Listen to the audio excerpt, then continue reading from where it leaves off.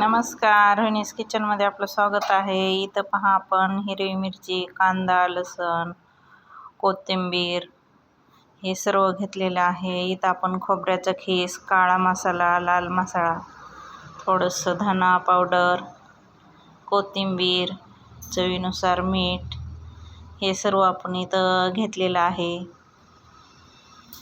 तर आपण आज पाहणार आहोत आगळी वेगळी अशी रेसिपी. तर पहा, इथं आपण मसाला पूर्ण मिक्स करून घेणार आहोत. ह्याच्यात थोडंसं पाणी टाकायचं आणि थोडासा ओला करायचा. थोडासा ओलसर असा आपण मसाला इथं बनवलेला आहे. तर पहा, किती छान असा आपला मसाला झालेला आहे. इथं आपण डाळीचं पीठ आणि गव्हाचं एकदम थोडंसं एक चिमट घेतलेली आहे.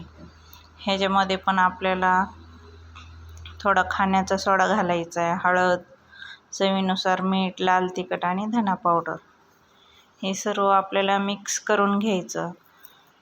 आपण ह्याच्यामध्ये खाण्याचा सोडा घातला का आपल्या ज्या वड्या आहेत त्या अशा थोड्या फुगतात आणि कच्च्या राहत नाही, छानपैकी आपल्या शिजल्या पण जातात लवकर. तर इथं आपण छान अशी कोथिंबीर घातलेली आहे. तर पाहू शकता, खूप छान अशी आपल्याला घट्ट असा कणकेचा गोळा मळून घ्यायचा आहे.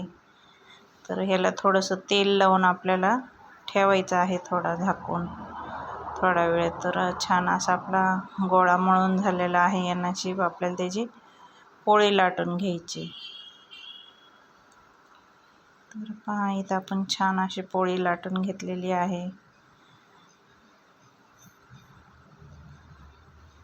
हे पहा, आपलं छान असं झालेलं आहे. आणि परत नंतर आपल्याला ह्याला कट करून घ्यायचा आणि पूर्ण जो मसाला आपण जो बनवला होता तो ह्याच्यावर असा हातरून घ्यायचा, पूर्ण पांगून टाकायचा.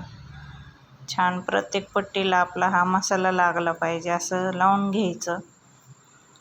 तर खूप छान अशा आपल्या वड्या होणार आहेत.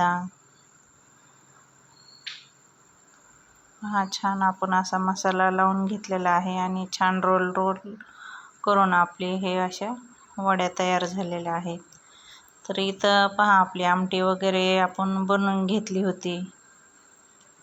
छान आपला मसाला वगैरे भाजून इथं आमटी बनवून घेतलेली आहे आणि आपल्याला त्याच्यामध्ये वड्या सर्व सोडायच्या आहेत.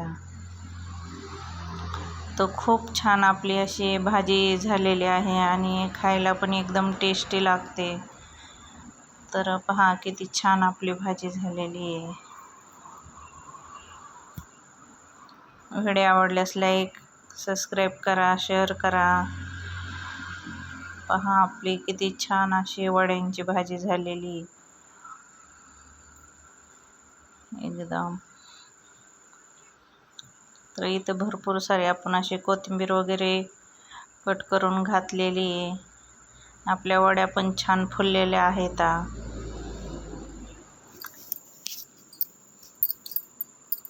व्हिडिओ कसा वाटला कमेंटमध्ये नक्की सांगा. रेसिपी कशी वाटली तर. पहा, छान आपली अशी रेसिपी तयार झालेली आहे.